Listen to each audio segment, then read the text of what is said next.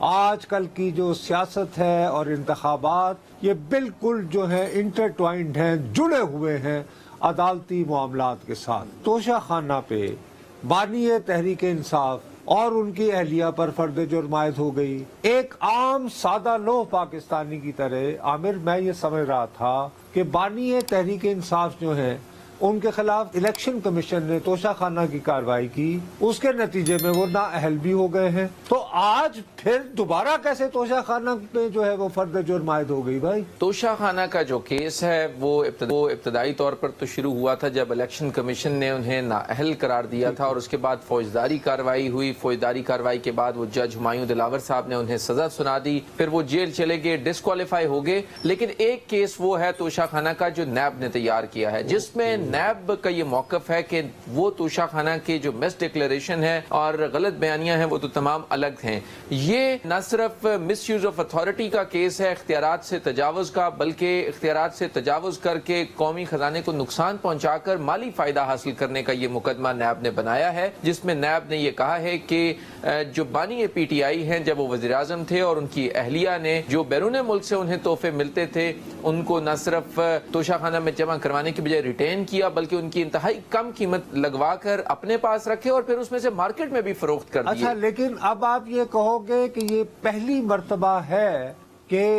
اس دفعہ صرف بانی تحریک انصاف نہیں بلکہ ان کی مسز جو کہ ہماری سابقہ خاتون اول بھی ہوتی تھیں ان پر بھی باقاعدہ نیب نے فرد جرم عائد کر دی ہے، توشہ خانہ کے حوالے سے کچھ الزامات عائد کرتے ہوئے۔ جو ریفرنس دائر کیا گیا تھا نیب کی طرف سے اس میں یہ کہا گیا تھا کہ انہوں نے اپنے اختیارات سے تجاوز کیا اور یہ تحائف اپنے پاس رکھے۔ ایک تو اس میں یہ کیا گیا کہ جو اس کے ریٹس لگوائے گئے وہ بہت کم ریٹس لگوائے گئے، مارکیٹ ویلیو سے بھی لو اس کے ریٹس لگوائے گئے، اور اس کے بعد پھر وہ مارکیٹ میں بھی فروخت کر دیے گئے اور اس سے پھر رقم حاصل کی گئی۔ تو نیب نے مجموعی طور پہ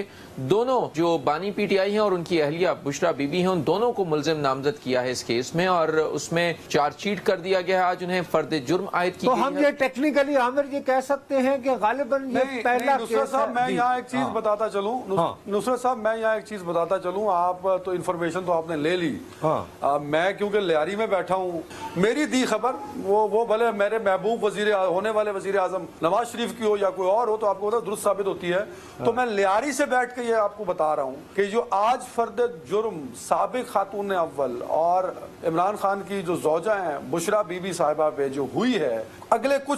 ہفتوں میں یا کچھ ہفتوں میں وہ گرفتار ہونے جا رہی ہیں۔ تو یہ آپ میری بات جو ہے خبر، ارے بھائی ایک منٹ، میں ظاہر ہے آپ بھیا یہ جو لیاری میں بیٹھے بیٹھے حضرت صاحب کو جو ایک قسم کا القاء ہوا ہے، الہام ہوا ہے، عامر کیا آپ عدالت میں ان کے ساتھ آج ہوئے سلوک کو ذہن میں رکھتے ہوئے یہ کہہ سکتے ہیں کہ باتیں واقعی اس طرف جا رہی ہیں؟ جی بالکل نصرت صاحب، عدنان صاحب کی یہ بات درست ہے کہ اس وقت جو ان کا سٹیٹس ہے اس میں نیب ان کو انویسٹیگیٹ کرنا چاہ رہا ہے اس کیس میں، اور یہ چاہتا ہے کہ ان کی جو درخواست ضمانت ہے اس کو مسترد کر دیا جائے۔ ان کے ساتھ جو بانی پی ٹی آئی ہیں ان کی درخواست پر آج فیصلہ کر دیا احتساب عدالت نے اور ان کی ضمانت کی درخواست مسترد کر دی، جبکہ بشرا بی بی کی درخواست ضمانت پر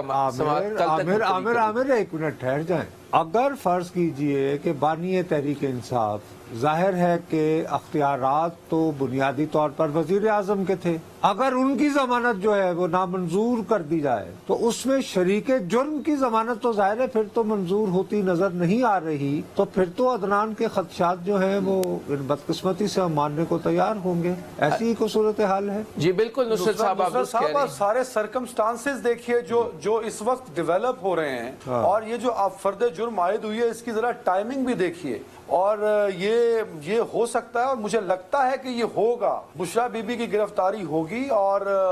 معاملات اس طرف اب چل پڑے ہیں، اور یہ کلیئرلی نظر آ رہا ہے، مطلب یہ نہیں کہ اب ابھی بھی کچھ شکوک و شبہات باقی ہیں، تو میرے خیال میں آپ خدشات سے نکلیں باہر اور لیاری سے دی گئی اس خبر کو ذہن میں رکھیے۔ ارے بھیا جان کی امان پاتے ہوئے میں نے آپ کی لائنز پر پہلے سوچنے کی کوشش کی تھی، مجھے بھی اس طرح کی اڑتی خبر آئی ہے، کوئی مصدقہ نہیں آئی، آپ نے لیاری سے بیٹھ کے یہ محسوس کیا ہے، لیکن عامر جو ہے وہ پروسیجر کو ذہن میں رکھتے ہوئے اس خدشے کو جو ہے رد نہیں کر رہے ہیں۔ تو عامر کیا، میرا تو اپنا خیال ہے کہ بانی تحریک انصاف ذہنی طور پر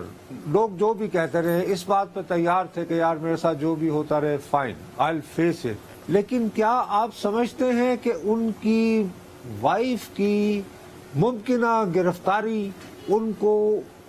ذہنی طور پر زیادہ پریشان کر سکتی ہے؟ جی نصرت صاحب بالکل یہ بات درست ہے، 2 نیب نے کیسز تیار کیے ہیں اور دونوں میں بانی پی ٹی آئی کے ساتھ ساتھ ان کی اہلیہ بشرا بی بی کو ملزم نامزد کیا گیا ہے، اور جو دوسرا کیس ہے وہ بھی بہت اہم ہے جس میں 190 ملین پاؤنڈ جو برطانیہ سے واپس لا کر جو انہوں نے ٹرسٹ بنایا اور اس ٹرسٹ کے ذریعے القادر ٹرسٹ کا جی القادر ٹرسٹ اور اس کے ذریعے فوائد حاصل کیے، وہ تو بہت ہی کلیئر کٹ کیس ہے اور اس میں بھی وہ ملزمہ ہیں۔ اس میں فرد جرم عائد کرنے کے لیے 17 جنوری کی تاریخ مقرر کر دی گئی ہے، اس میں فرد جرم عائد کر دی گئی ہے۔ اور جو عدنان صاحب بات کر رہے ہیں وہ درست کہہ رہے ہیں کہ دیکھیے عام طور پہ یہ کیسز بہت تاخیر سے چلتے ہیں، بہت لمبی تاریخیں پڑتی ہیں، بہت سلولی چلتے ہیں، لیکن اس میں آج فرد جرم عائد ہوئی ہے توشہ خانہ کیس میں، پرسوں یعنی 11 جنوری کو یہ کیس دوبارہ سماعت کے لیے مقرر ہے اور 20 گواہ ہیں، 20 میں سے 12 گواہوں کو بلا لیا گیا ہے۔ بات مجھے سمجھ نہیں آ رہی عامر، میں نصرت صاحب کی زبانی سننا چاہتا ہوں کہ آپ کیوں رول آؤٹ کر رہے ہیں؟ جس طرح بھائی میرے تم خود مجھے ہمیشہ کہتے رہتے ہو کہ میری کالی زبان ہے، میں جو بات کہتا ہوں وہ ہو جاتی ہے۔ میاں مجھے تو تم نے کانشیس کیا تو میں محتاط ہو گیا ہوں۔ میں کانشیس ضرور کیا، ایک چیز وہ کیا لفظ ہوتا ہے، نوشتہ دیوار ہے، مطلب میں نوشتہ دیوار، نوشتہ کوئی نہیں ہوتا۔ آپ اس سے آنکھیں پھیر رہے ہیں۔ جی جی اچھا بھیا، نوشتہ دیوار دیکھ لیا، عامر نے تھوڑا اس پہ ہنٹ بھی کر دیا۔ عامر میرے بھائی آپ کا بہت بہت شکریہ